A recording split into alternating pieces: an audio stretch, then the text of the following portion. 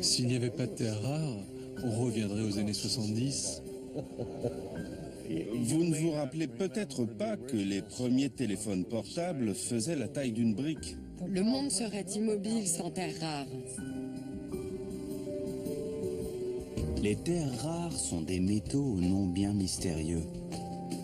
Europium, cérium, gadolinium ou lutécium, vous n'en avez sans doute jamais entendu parler, et pourtant ils sont là, autour de nous, dans nos écrans, nos téléphones et jusque dans nos billets de banque. Les terres rares, c'est le pétrole du XXIe siècle, le moteur des industries d'aujourd'hui. Sans terres rares, l'industrie japonaise serait totalement détruite. Vous savez, ici en Chine, nous possédons les plus grandes réserves. La Chine est actuellement le seul pays producteur de ces métaux.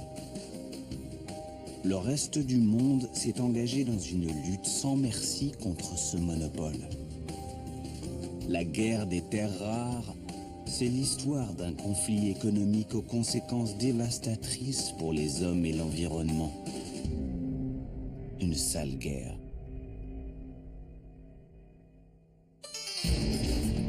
Le 7 septembre 2010, en mer de Chine, un incident banal révèle au monde entier les tensions liées aux terres rares. Ce jour-là, un chalutier chinois pénètre dans les eaux territoriales japonaises. Les gardes-côtes japonais ordonnent aux bateaux de pêche de s'immobiliser. Le capitaine du chalutier refuse, plutôt violemment.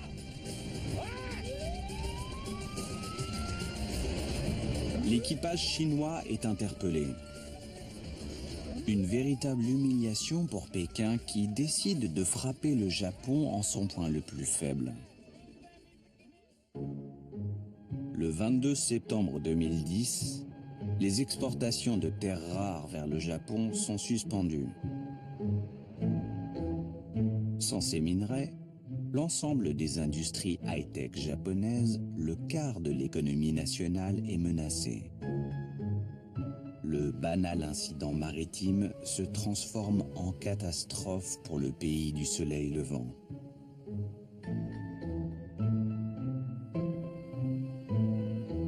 L'embargo imposé par Pékin touche le cœur de la troisième puissance mondiale.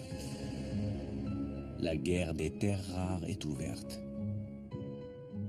Lorsqu'on regarde sur le long terme, on observe que la Chine a toujours mis en œuvre une stratégie consistant à utiliser ses ressources naturelles comme moyen de pression politique. Tous les fabricants japonais ont commencé à manquer de stock. L'industrie était dans un état de panique.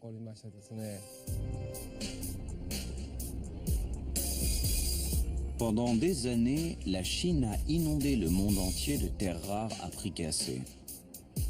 L'Europe, mais aussi l'Asie et l'Afrique s'équipaient de mobiles bon marché.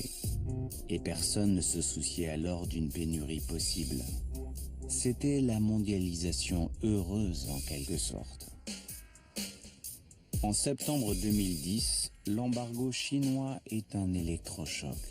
Au Sénat américain, le réveil est brutal. La semaine dernière, la Chine a suspendu ses livraisons de terres rares à destination du Japon. Il s'agit d'un avertissement fort. Le bon sens nous apprend que, vu notre dépendance aux terres rares, nous n'avons plus une minute à perdre. Ma conclusion est que la Chine a pris le contrôle du marché des terres rares. Et nous, les États-Unis, sommes en train d'être dépassés. C'est pourquoi nous devons agir maintenant.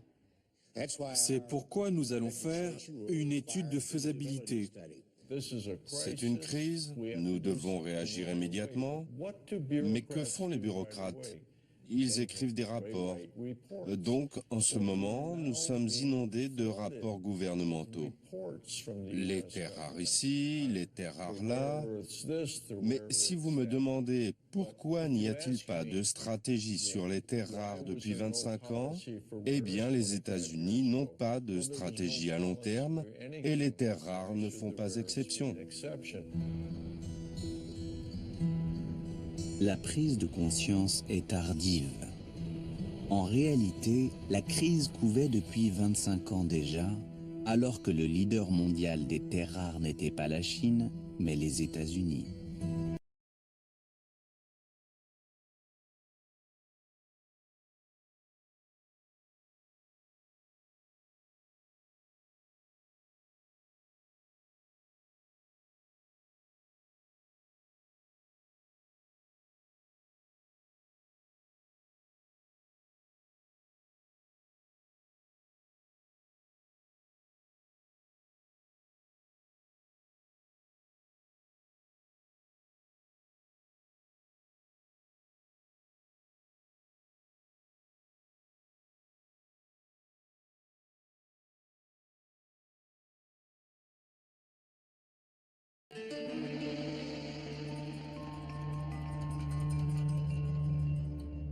Le Moyen-Orient a le pétrole, la Chine a les terres rares, promettait dès 1992 le visionnaire Deng Xiaoping, le père du développement économique chinois. Avec l'arrêt de la production de minerais aux États-Unis, les Chinois ont gagné la bataille pour le contrôle des mines, mais pas encore la guerre des terres rares. Un deuxième front reste à conquérir. Pour pouvoir utiliser le minerai, il faut des technologies que l'industrie chinoise ne possède pas.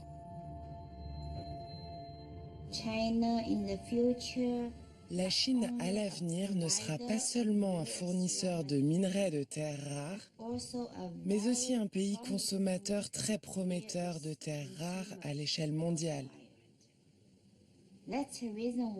C'est la raison pour laquelle notre nation encourage aujourd'hui les industriels des terres rares à investir davantage dans les produits technologiques. Notre but est d'utiliser nos minerais afin de produire nous-mêmes davantage de composants essentiels. Bien sûr, pour cela, il nous faut faire venir les technologies étrangères en Chine. La stratégie est annoncée. La bataille des usines peut commencer.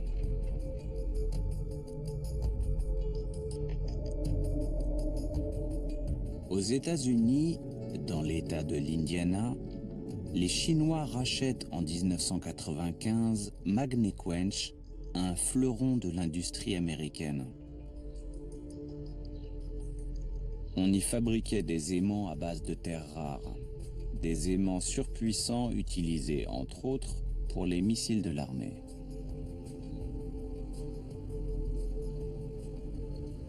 Aujourd'hui, les bâtiments sont toujours là, mais ils ont changé d'activité. Lorsque j'ai commencé à travailler ici, les 30 premiers jours, j'étais à l'accueil. Maintenant, vous pouvez voir le panneau là-bas. C'est Coco Cabana Canin, où les gens amènent leurs chiens à la crèche. On voudrait visiter. J'étais ici quand c'était Magnequench. Avant, il y avait des machines juste derrière moi. En fait, je faisais vivre ma famille grâce à ces machines. Ouais, je comprends. Donc j'aimerais voir à quoi ça ressemble maintenant. C'est là qu'on confectionne toutes les confiseries pour les chiens. En fait, je pense que toute cette zone ici, c'était des bureaux, jusqu'à la porte là-bas, où il y avait les machines. C'était les bureaux du grand PDG.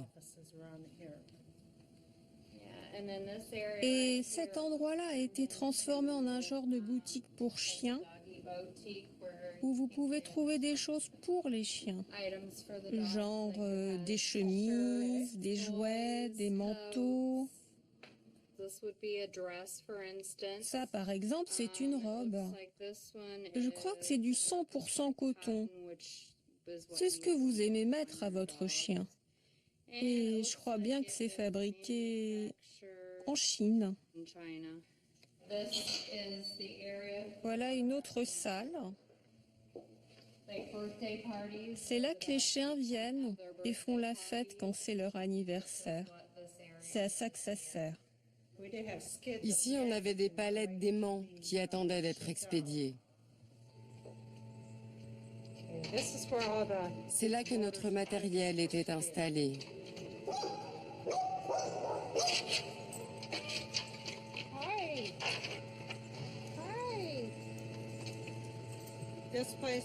Cette salle était utilisée pour fabriquer des aimants qui servaient pour la guerre, pour fabriquer des bombes, des aimants pour des missiles téléguidés et tout un tas de trucs.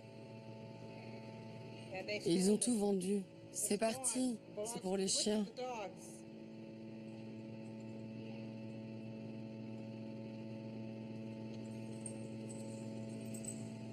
Des gens travaillaient ici pour nourrir leur famille. Et maintenant, tout ce que je vois, c'est des chiens.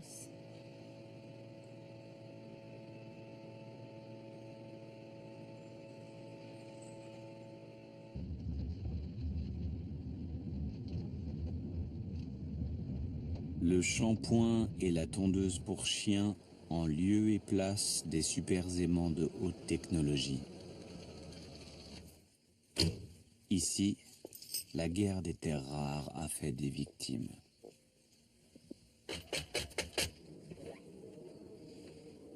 Randy! Hello, it's Terry Luna. How you doing, Randy? Thanks.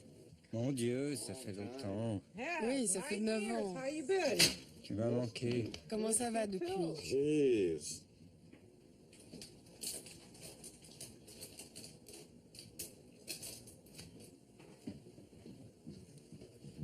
I think those are some of those. Je crois que ces aimants finissaient dans les brosses à dents électriques pour les faire vibrer. Move or whatever. On les trouvait dans des tas de choses, dans des jouets.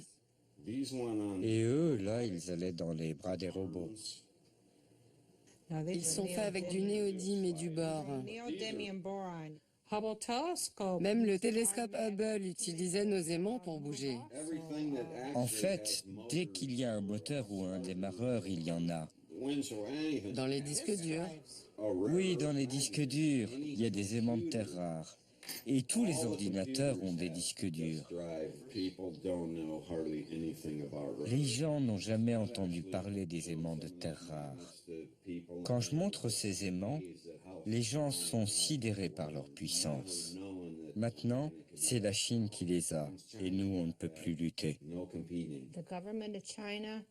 Le gouvernement chinois est venu au Canada et aux États-Unis. Il a acheté toutes les petites entreprises qui fabriquaient des aimants. Les Chinois ont appris nos secrets et ils sont repartis avec. Ils ont eu ce qu'ils voulaient. Je ne dirais pas que c'est une guerre, parce qu'ils l'ont déjà gagnée. Maintenant, tout est à eux. En rachetant Magnequench, les Chinois ont acquis la technologie qui leur manquait pour perfectionner leurs missiles longue portée. Des aimants indispensables aux bombes de haute précision utilisées par l'armée américaine en Irak. La course aux terres rares est aussi une course aux armements.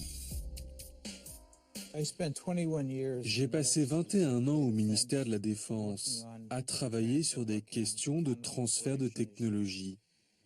Et en 21 ans, l'affaire Magnequench figure parmi les 5 cas les plus graves que j'ai connus. Les citoyens chinois qui participaient à l'opération étaient extrêmement inquiétants. L'un d'eux en particulier était un des hommes connus en Chine comme un prince rouge. C'était le gendre de Deng Xiaoping qui dirigeait la Chine à l'époque. Et nous avons signalé tout cela de manière répétée. Nous avons fait remonter ce problème à nos supérieurs du ministère de la Défense. Nous avons soutenu notre point de vue inlassablement. Et finalement, on nous a ignorés.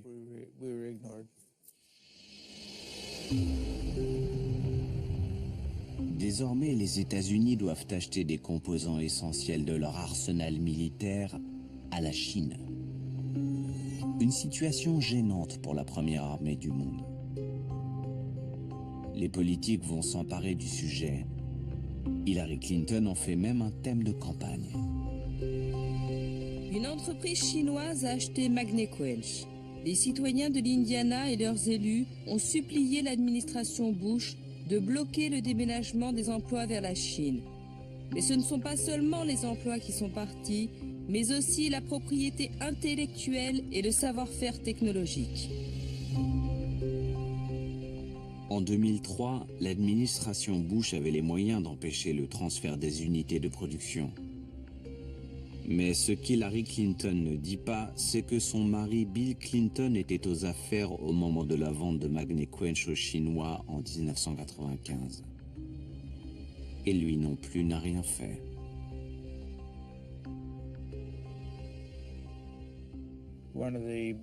L'une des plus grandes déceptions que j'ai eues avec l'administration Bush est que sur la question du contrôle des exportations, ils n'ont pas fait mieux que l'administration Clinton. À une grosse différence près, ils n'étaient pas financés par les Chinois. Johnny Chung, qui était sous Clinton un des principaux collecteurs de fonds chinois pour le Parti démocrate, est venu 58 fois à la Maison-Blanche en 2 ans.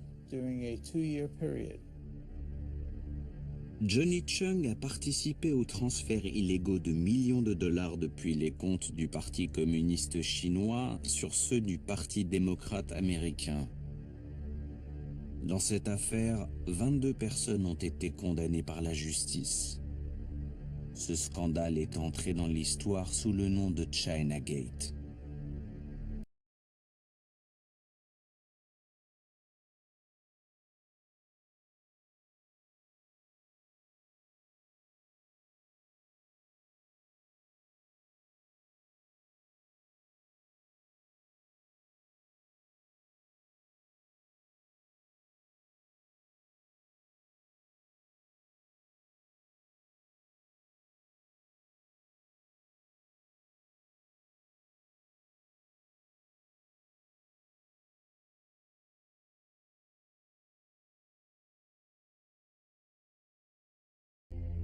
Dans l'État de l'Indiana, le chômage, le désespoir, l'insécurité sont la signature de la mondialisation, de la dictature des marchés.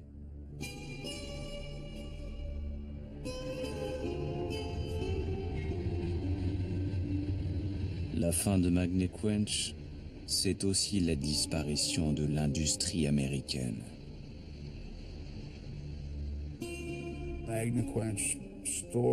L'histoire de Magnequench s'inscrit dans un cadre plus large, celui de la mondialisation des échanges.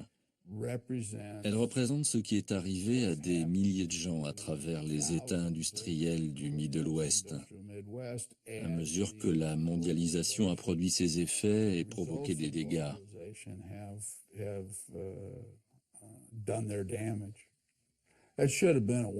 Ça aurait dû être un signal d'alarme. Nous n'allions pas seulement perdre la production des tasses à café, mais nous allions nous retrouver désavantagés sur le plan économique, d'une manière bien plus grave. Pas seulement dans la recherche et le développement, mais dans les emplois les plus pointus. Et il est évident que tout cela avait été planifié à l'avance.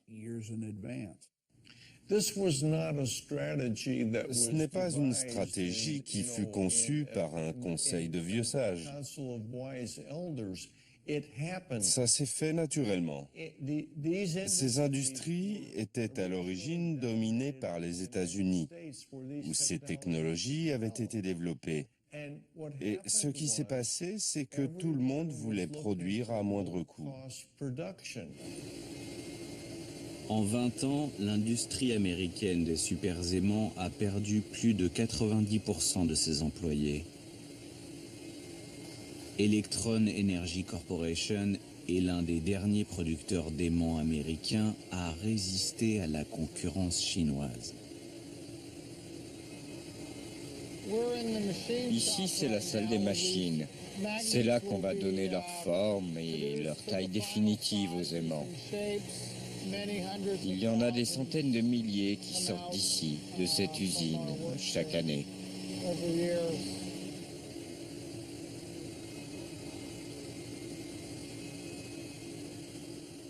Voici les terres rares.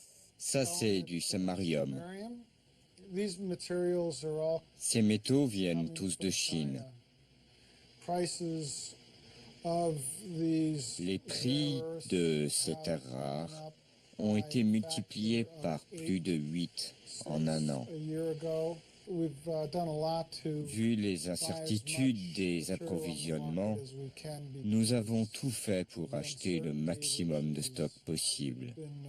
Ça a été un très gros challenge ces 12 derniers mois, surtout depuis que les exportations chinoises ont été si fortement réduites. Des hausses de prix comme on n'en avait jamais vu. Une source de minerais qui s'assèche. La politique chinoise des quotas est ressentie par les Occidentaux comme une déclaration de guerre. La Chine organise artificiellement une pénurie et des quotas d'exportation, ce qui augmente les prix à l'international alors qu'elle les maintient à bas prix en Chine.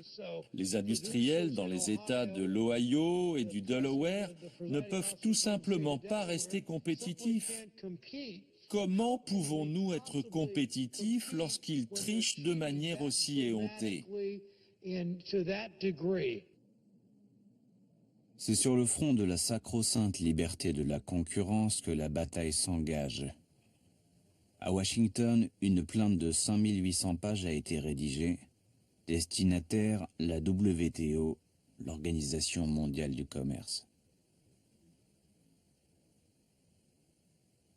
Le problème avec la politique de restriction des exportations chinoises, c'est qu'elle désavantage le reste de la planète.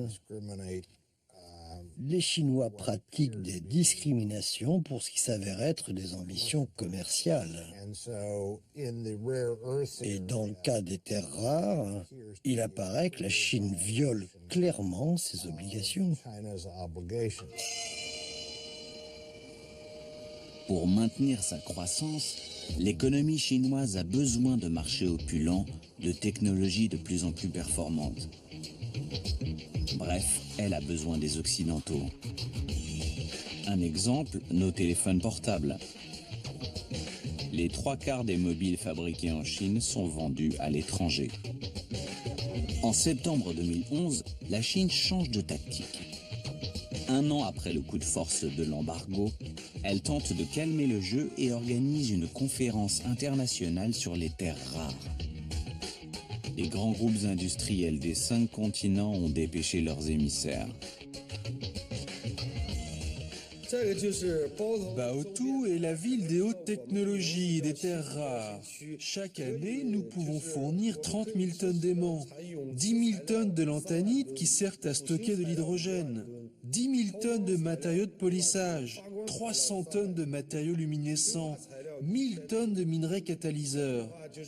Les industries technologiques sont donc les bienvenues, car nous pouvons leur fournir pratiquement toutes les terres rares dont elles ont besoin.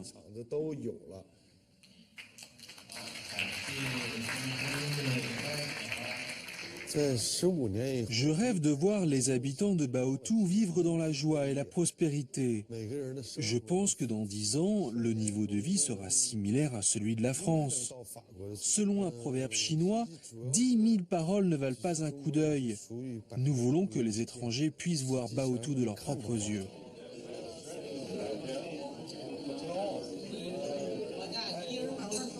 C'est vrai que les choses se passent beaucoup à Baotou, qui est la Mecque des terres rares, hein, et ça les Chinois le mettent bien en valeur, dans l'esprit de faire la promotion bien sûr de Baotou et d'attirer les investisseurs comme savent le faire les Chinois.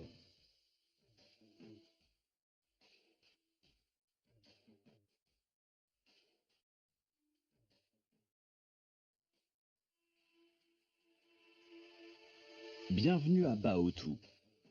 Cette petite Dubaï surgit en quelques années au milieu des steppes de Mongolie intérieure et devenue la vitrine de la Silicon Valley chinoise. Les 3/4 des 130 000 tonnes de terres rares produites chaque année par la Chine sont extraites des mines de la région. Baotou, visage de la Chine heureuse. Ici, les terres rares ont bouleversé le quotidien de ces 2,5 millions d'habitants.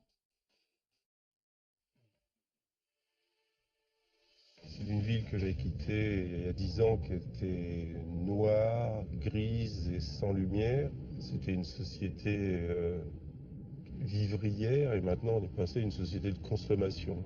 On est passé de la mine aux produits purifiés et maintenant on est aux aimants, on est aux vélos électriques, aux véhicules électriques, et aux luminophores pour les écrans de télévision. Séduire les étrangers, c'est l'objectif des Chinois. Les investisseurs étrangers, pas les journalistes. Jean-Yves Dumousseau emporte sa caméra. Au menu, tradition mongole, avec mouton rôti et danse folklorique. Et modernité chinoise, avec pour la première fois une immersion dans les coulisses de l'industrie des terres rares. Une transparence impensable quelques mois plus tôt. Il fallait faire la promotion de la Chine et une promotion positive.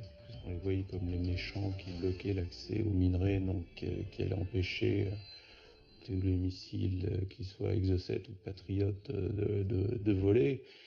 Et là, les Chinois ont voulu montrer une ouverture d'esprit, à la fois dans les visites, pour construire de nouveaux liens qui s'étaient un peu rompus dans les années précédentes du fait du monopole et du poids des Chinois dans l'industrie des terres rares. Moralité, côté investisseur, pour être compétitif, il faut être à bas ou tout. La règle est simple.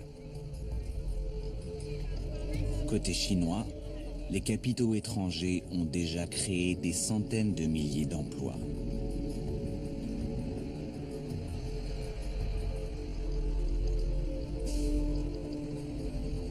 Construisons une ville propre pour notre pays. Le mot d'ordre d'un avenir radieux s'affiche à chaque carrefour. Mais 10 000 affiches ne valent pas un coup d'œil.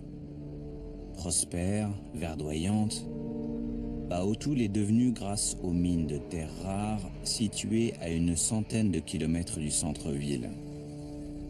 Des gisements tenus à l'abri des regards.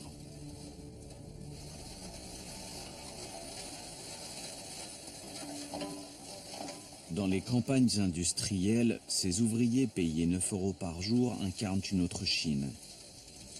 Une Chine sous-développée et miséreuse, avec des terres souillées par la course aux minerais magnétiques.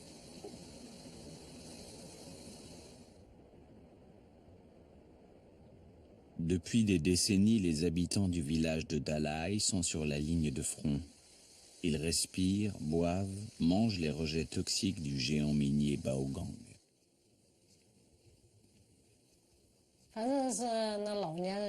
Il y a eu beaucoup de malades chez les vieux. Des cancers, des accidents vasculaires, de l'hypertension. Ça a touché presque tout le monde. C'est très grave ce qui se passe ici. On sait qu'on respire de l'air toxique avec toute cette pollution et qu'on n'en a plus pour bien longtemps à vivre. On a fait des tests et notre village de Dalai a été surnommé le village du cancer. Il y a un ruisseau qui sert à déverser les eaux usées. Dedans, il y a de l'aluminium, du fer et plein de produits toxiques qui viennent de l'usine.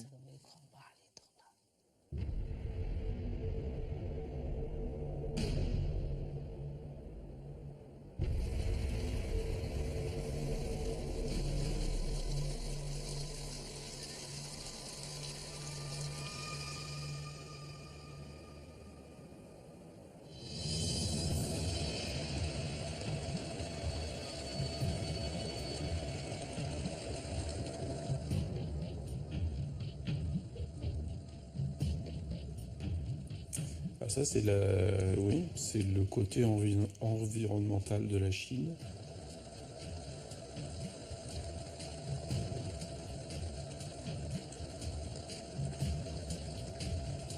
Ça ne faisait absolument pas partie du programme de visite. Et c'est vraiment la face noire, je peux dire, de la Chine. Et c'est des choses qu'ils n'ont pas prises en compte, absolument pas, dans les 50 dernières années.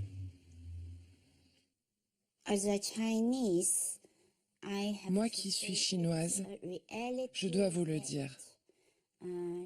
C'est une réalité. Le peuple chinois a sacrifié son environnement pour nourrir la planète entière avec des terres rares. Voilà la vérité.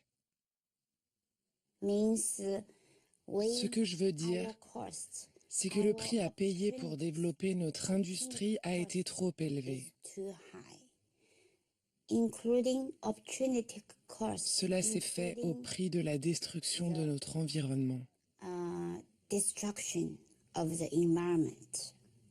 savait très bien en Europe et aux États-Unis quel était le coût d'accès pour avoir des terres rares à peu près propres, sans polluer et sans mettre en danger les générations futures, mais on a fermé les yeux sur ce qui se passait en Chine.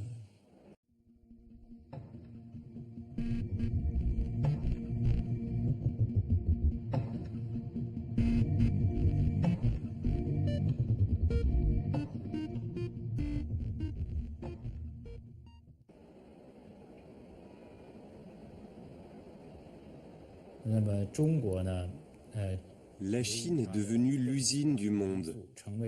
Et cette usine du monde a approvisionné la planète entière en marchandises à bas prix, y compris les matières premières de l'industrie, y compris précieuses comme les terres rares. Mais dans le même temps, toute la pollution occasionnée par l'industrie a créé de gros problèmes à la Chine. Il y a des rejets d'eau usée, des émissions de gaz polluants, des rejets toxiques solides, sans compter les éléments radioactifs.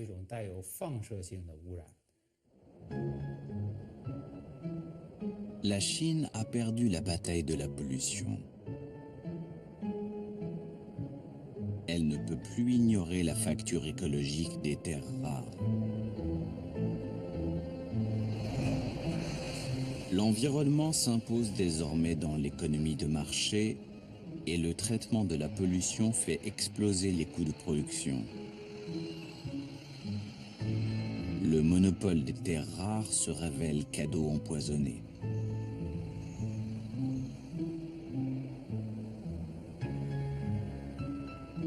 En abandonnant les terres rares aux Chinois, les Américains l'avaient déjà compris.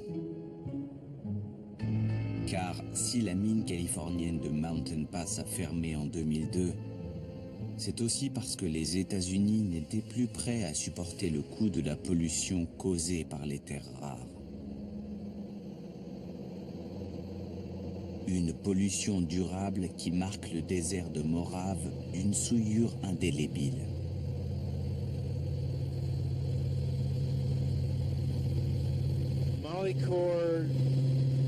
Molycorp a suspendu l'exploitation de la mine à la fin des années 90. Mais ils sont responsables et doivent nettoyer la pollution passée. Là, nous voyons la mine. Elle fait 100 mètres de profondeur et 215 mètres de large. S'il y a de l'eau, c'est parce qu'ils ont creusé en dessous de la nappe phréatique.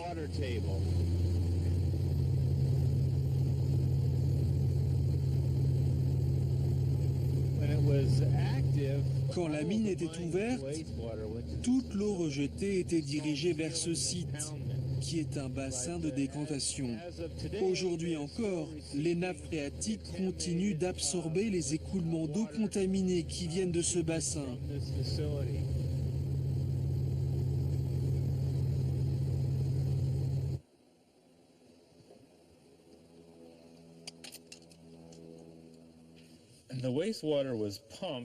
L'eau polluée était pompée ou évacuée à l'extérieur de la mine, qui était située en hauteur,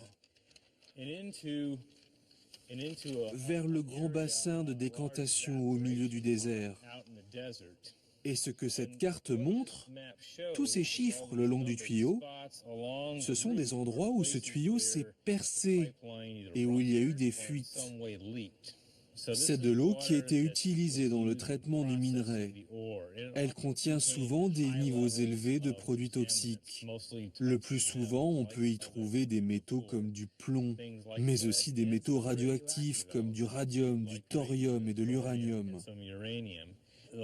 La plus importante fuite a eu lieu en 1992, une fuite d'1,5 million de litres. Donc en tout, ce sont près de 4 millions de litres qui ont été répandus dans le désert.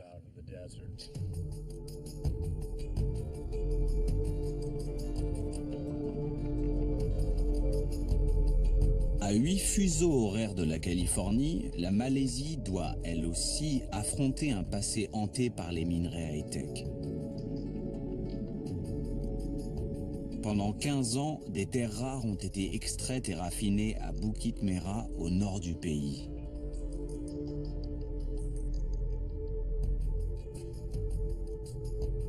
Comme à Bautu, l'industrie se proclame soucieuse de l'environnement. Or, le site fut l'un des plus radioactifs d'Asie. 100 millions de dollars sont aujourd'hui engagés pour le nettoyer. Responsable de ce désastre, le conglomérat japonais Mitsubishi. Ils ont fait tourner le site entre la fin des années 70 et 1994. Ils ont extrait des minerais utilisés entre autres dans les télévisions couleurs. Mais ces activités ont généré des rejets radioactifs extrêmement puissants. Pour l'industrie nucléaire, il s'agit de déchets radioactifs de moyenne activité. Ils doivent être manipulés avec le plus grand soin. Mais vous le voyez sur ces images, ils ont déposé les déchets dans des vieux bidons tout rouillés. Et ils ont utilisé des sacs plastiques en guise de revêtement. C'est vraiment triste. Mitsubishi a fermé l'usine et est parti. Et maintenant, on se retrouve avec ces déchets pour 14,4 milliards d'années.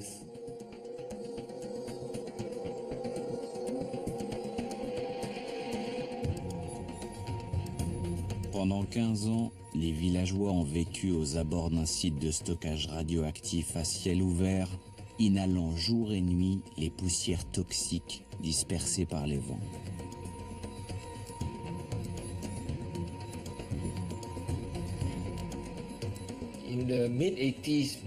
Au milieu des années 80, nous avons entendu parler de femmes qui faisaient des fausses couches.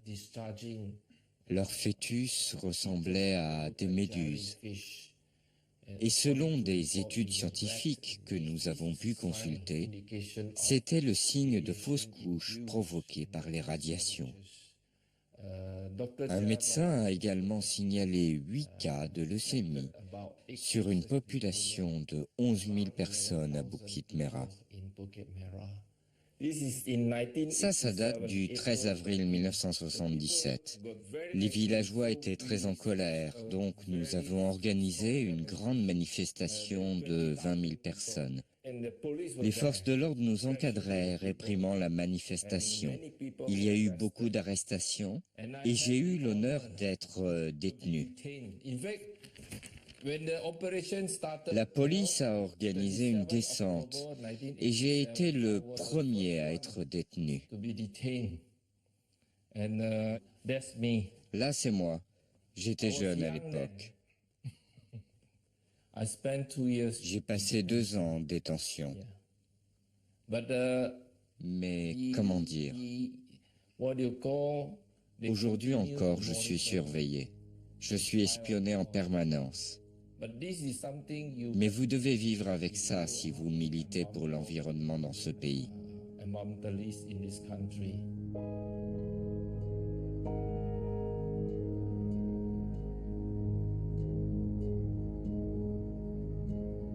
Paradoxe, les énergies vertes, panneaux solaires et éoliennes utilisent de grandes quantités de ces métaux polluants.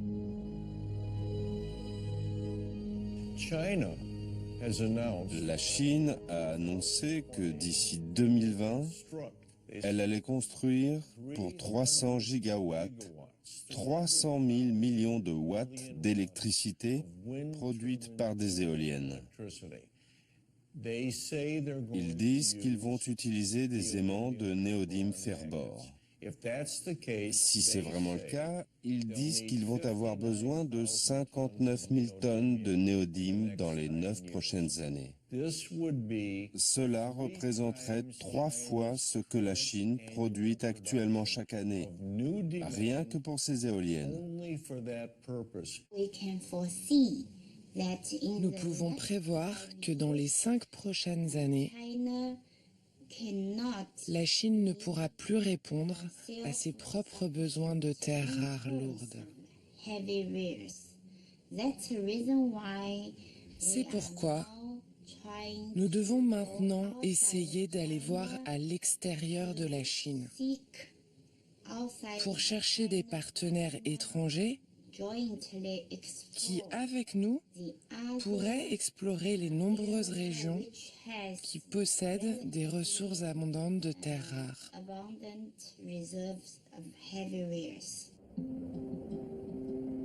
Retournement de stratégie. La Chine, qui avait tant lutté pour conserver son monopole, n'en veut plus. Épuisement de la ressource et pollution l'oblige désormais à chercher à l'étranger la réponse à ses besoins croissants. La bataille du chronomètre est engagée, et pas seulement en Chine. Le monde se lance dans la quête de ces terres, finalement pas si rares que ça. En dehors de la Chine, il y a de nombreux gisements de terres rares. En Afrique du Sud et aussi à Tour Lake au Canada. Il y a aussi la mine de Mount Welt à l'ouest de l'Australie qui contient également des terres rares. Une alliance inédite se forme entre la Chine et l'Occident. Objectif, trouver un pays producteur qui accepte d'être pollué pour fournir le monde en minerais. L'Australie rouvre sa mine de Mount Welt, mais refuse évidemment la pollution. Elle délocalise le raffinage des terres rares, la partie la plus sale du processus, en Malaisie.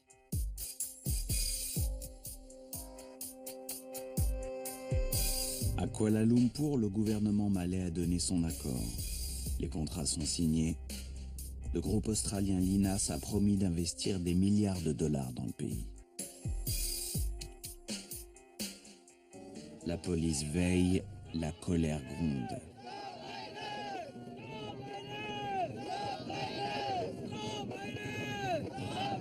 Ans après la pollution de Mitsubishi, une nouvelle génération de Malaisiens se lève et refuse le fardeau de la mondialisation des terres rares. To the government of Malaysia, please listen. This land is ours. This is where our homes are. We shall have the last say on how it is to be managed, and we have every right to express our views on this. We demand you, the government, to get rid of this evil plan from the Malaysian soil. La police essaye de nous intimider depuis le début. Ils nous ont confisqué notre estrade. La musique que nous jouons, c'est parce qu'ils ont aussi confisqué le système de sonorisation avec les enceintes. Il ne nous reste qu'un porte-voix.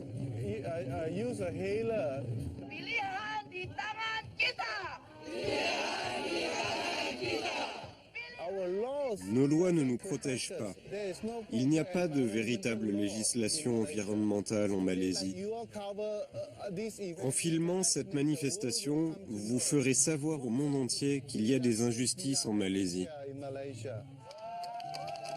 Avec l'environnement, c'est aujourd'hui la société civile qui vient troubler la si discrète et si sale guerre des terres rares. Les industriels des minerais high-tech sont désormais sous surveillance. Même les Australiens remettent en cause le projet de Lynas.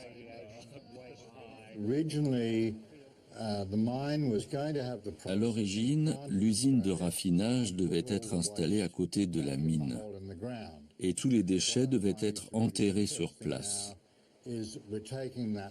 Mais là, ce qui est curieux, c'est que nous envoyons ces déchets pour qu'ils soient raffinés dans un autre pays et que nous allons laisser nos déchets australiens traîner à la surface du globe, ailleurs que chez nous. Je trouve que c'est une façon bizarre d'assumer ses responsabilités.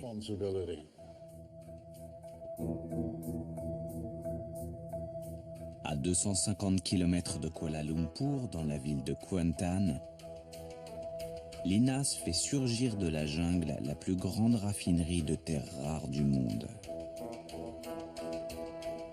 Un quart des terres rares de la planète pourrait bientôt transiter par la Malaisie, mais chez l'INAS, personne ne veut parler de cet ambitieux projet. Les demandes d'interview sur le site de Kuantan sont clairement déclinées.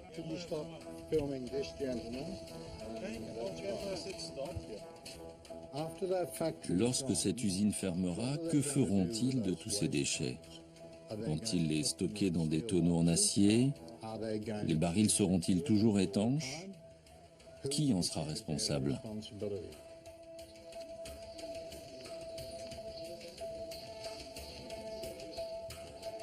La population a été mise devant le fait accompli.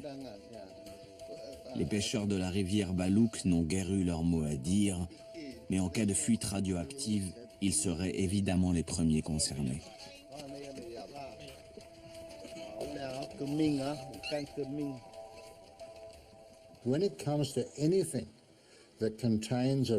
Quand il s'agit d'un sujet qui implique des matières radioactives, je n'y suis pas opposé par principe, mais elles devraient être remises en terre là où elles ont été extraites.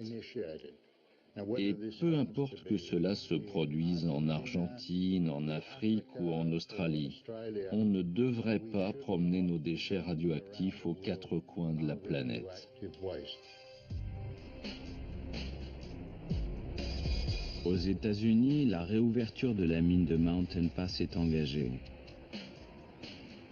Le groupe minier Molycorp promet qu'il n'y aura aucun problème de radioactivité.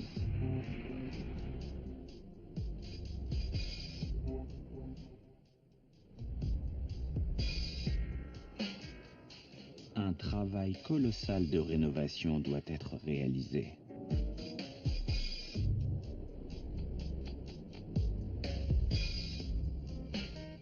Il y a de nouvelles méthodes d'extraction et de raffinage, ce qui fait qu'une société, pour être compétitive, doit moderniser son usine et ses technologies pour correspondre aux standards d'aujourd'hui. En attendant, un rapport de la Cour des comptes précise que la radioactivité liée à l'extraction des terres rares est préoccupante, qu'il faudrait de 2 à 5 ans pour créer une usine pilote pour raffiner le minerai et 15 ans pour ressusciter les industries des terres rares.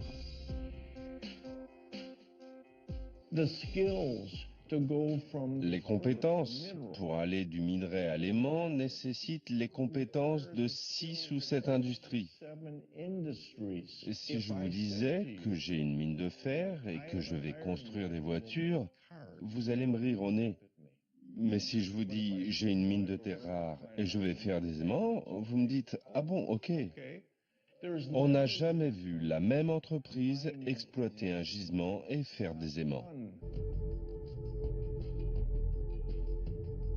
Un autre obstacle se dresse sur la route de la relance et celui-ci risque d'être fatal pour la compétitivité américaine.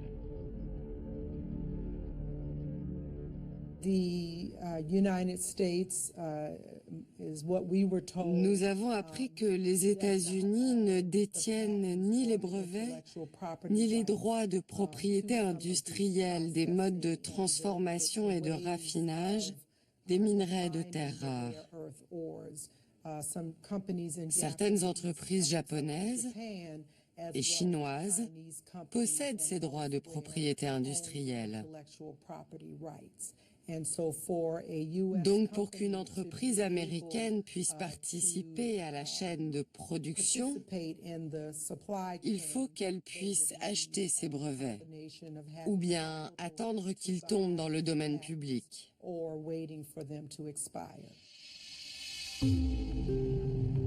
La fin annoncée du monopole chinois a lancé le monde entier dans une course effrénée aux terres rares. Des gisements apparaissent sur les 5 continents. Sont-ils exploitables? Seront-ils exploités? Rien n'est moins sûr. Ce qu'il est en revanche, c'est la course au profit et à la spéculation. Les jeux sont ouverts. Il existe aujourd'hui 250 sociétés d'exploration cotées au Canada, en Australie, en Europe et même aux États-Unis. Elles prospectent près de 400 gisements de terres rares.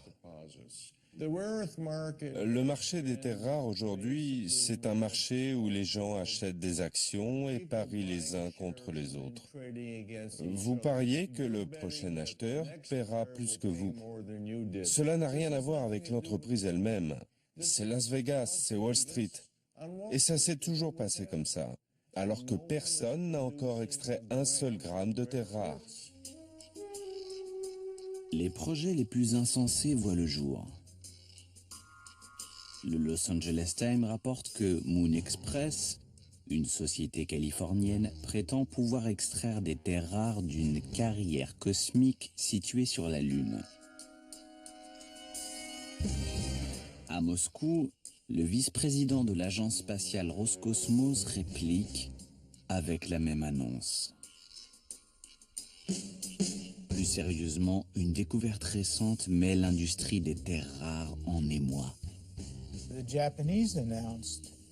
Les Japonais ont annoncé qu'ils pensaient avoir trouvé d'importantes ressources de terres rares dans des nodules de manganèse sur le sol du Pacifique. C'est un événement fascinant parce que tout à coup, les gens vont avoir une raison financière d'aller exploiter le fond des océans.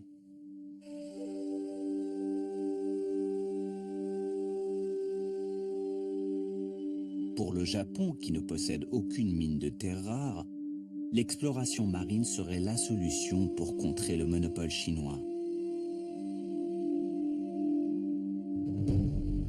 Les réserves contenues dans le sol du Pacifique pourraient suffire à rassasier la planète pendant des millénaires. Spéculation ou réalité, la guerre des terres rares gagne le fond des mers. Nous avons repéré des zones riches en terres rares qui se situent au large de Tahiti, ainsi qu'autour des îles d'Hawaï. Nous avons estimé que les réserves de terres rares qui se trouvent sous l'océan sont environ 800 fois supérieures aux terres rares que nous pouvons trouver aujourd'hui à la surface de la Terre. À titre personnel, j'ai bon espoir que dans un futur proche, nous allons découvrir des réserves de terres rares au large du Japon et qu'il sera possible de les exploiter. Je ne peux pas vous dire dans combien de temps, mais mon espoir est que cela deviendra possible d'ici 10 ans. Ou 20 ans. Enfin, je l'espère.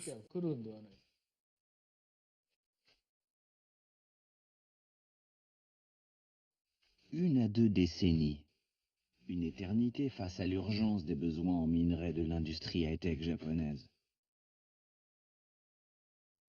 Après 6 mois d'embargo total, les exportations chinoises ont repris, au compte-gouttes. Un tiers seulement des besoins japonais. La pénurie menace la production des Kaitai, les smartphones du pays du soleil levant. Portefeuille électronique, passe pour le métro, plateforme d'écriture de romans et même calculateur de radioactivité.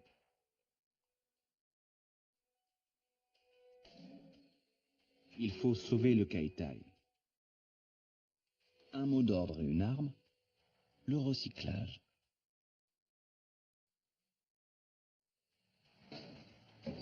Commerce, administration installent des points de collecte.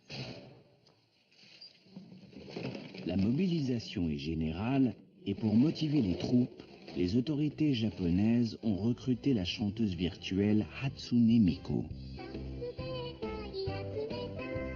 Sa mission, convaincre les Japonais qu'ils sont assis sur un trésor capable de sauver l'économie nationale.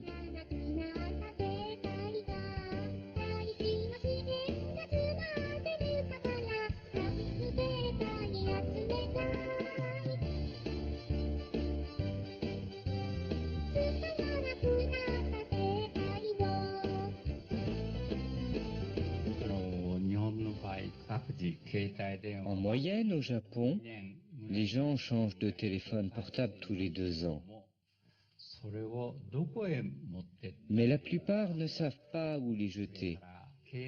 En plus, ces téléphones sont très jolis, alors on préfère les garder dans un tiroir à la maison.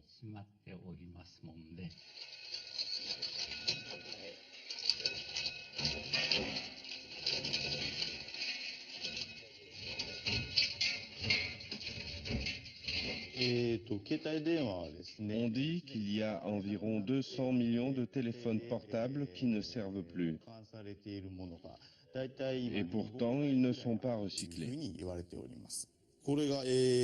Lorsqu'on active le mode silencieux, il y a un moteur pour faire vibrer le portable. Au bout de ce vibreur, il y a un contrepoids en métal. C'est du tungstène avec un peu de terre rare. 1/10 de gramme de terre rare dans chaque téléphone. L'intention est louable, le geste patriotique, mais le recyclage des mobiles paraît bien dérisoire face aux besoins de l'industrie high-tech du Japon. Et pourtant, aux États-Unis aussi, par ces temps de disette en terre rare, on se met au recyclage et on s'attaque désormais à des appareils électroniques beaucoup plus gros. Le recyclage aujourd'hui a énormément progressé. Ce que vous voyez ici en est un parfait exemple. C'est un jour de recyclage et il y a plus de 800 voitures. C'est comme ça 4 fois par an dans 3 centres différents. Place au grand débarras. Un citoyen de Pennsylvanie produit chaque année entre 4 et 6 kilos de déchets électroniques. Pour les uns, ce sont de simples poubelles. Pour d'autres, un véritable jackpot. Le recyclage, ça peut nous aider à réutiliser nos ressources. Tu vois, il n'y a pas à hésiter une seconde. Les gens jettent beaucoup de choses. Ils jettent des tas de choses incroyables. Des trésors. Ce ne sont des trésors que si vous pouvez les récupérer. Tout a une valeur. Le problème, c'est le prix de la récupération. Les terres rares sont clairement utilisées dans les produits électroniques. Mais le problème, c'est que le coût d'extraction est supérieur à leur valeur. Si vous recyclez chez nous, on doit vous faire payer. Donc, si la question financière est importante, il y a des gens qui préfèrent les renvoyer en Chine. Des terres rares qui repartent vers la Chine, l'accusation est grave. La majorité des recycleurs assurent pourtant traiter les déchets aux États-Unis. Lauren Roman milite pour que son pays recycle lui-même ses déchets électroniques. Son travail, jeter la lumière sur les pratiques du secteur. L'État du New Jersey concentre un grand nombre de ces prétendus recycleurs.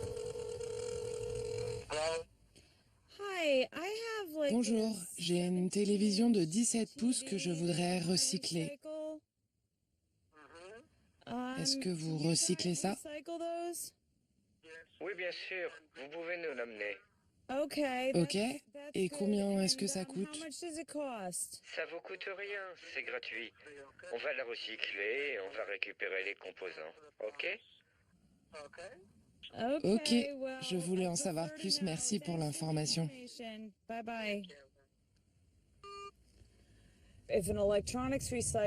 Si un recycleur de produits électroniques ne demande pas d'argent, surtout pour les déchets toxiques, comme les tubes cathodiques, alors on sait qu'il y a de grandes chances, pratiquement 100% de chances, qu'ils envoient ça à l'étranger pour faire des bénéfices,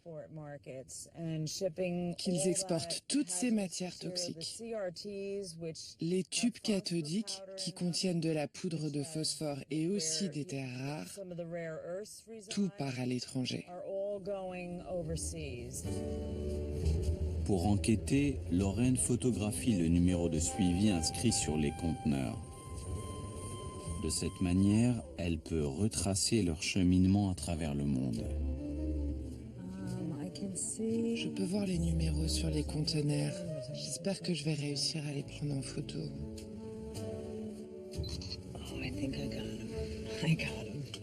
Après des années d'enquête, Lorraine est formelle. 80% des déchets sont exportés vers Hong Kong. De là, ils seront réexpédiés vers l'Inde, le Vietnam et la Chine. Les gens commencent à se dire, peut-être que nous ne faisons pas les choses aussi bien qu'on le devrait. Si on recyclait tous nos déchets électroniques aux États-Unis, qu'on pouvait récupérer les terres rares et développer les techniques de recyclage, au moins on pourrait reconstituer nos stocks de terres rares.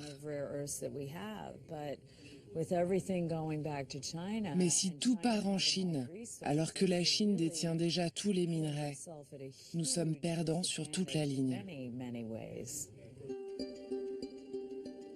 Des groupes miniers qui ne commercialisent pas encore un gramme de terres rares, des réserves immobilisées au fond des océans, un recyclage balbutiant. La fin du monopole chinois n'est pas pour demain. Aujourd'hui, 2600 entreprises chinoises et étrangères ont déjà convergé vers Baotou. Et chaque jour qui passe, les transferts de technologie s'accélèrent. En définitive, je crois que nous devons créer une concurrence plus juste. Une concurrence qui ne soit pas fondée sur la recherche du moindre coût. Cette concurrence plus juste prendrait en compte l'environnement, la sécurité et la santé des populations.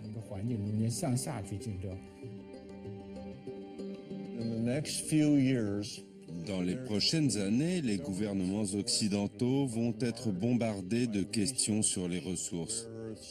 Les terres rares, le tungstène, l'antimoine, le lithium, et tout à coup, le cuivre. D'un coup, toutes ces questions vont faire surface. C'est pas facile. Nous avons besoin de ces minerais pour maintenir nos modes de vie. Et il faut bien les trouver quelque part. Mais il y a toujours un impact, une cicatrice. Les terres rares sont à notre époque ce que furent le pétrole au XXe siècle et le charbon au XIXe, le moteur d'une révolution industrielle. La sale guerre que se livre le monde pour leur possession bouleverse les règles de la mondialisation en y ajoutant les coûts humains et environnementaux. Du cérium dans les écrans, du néodyme dans les téléphones mobiles, une révolution technologique et peut-être une occasion de repenser le monde.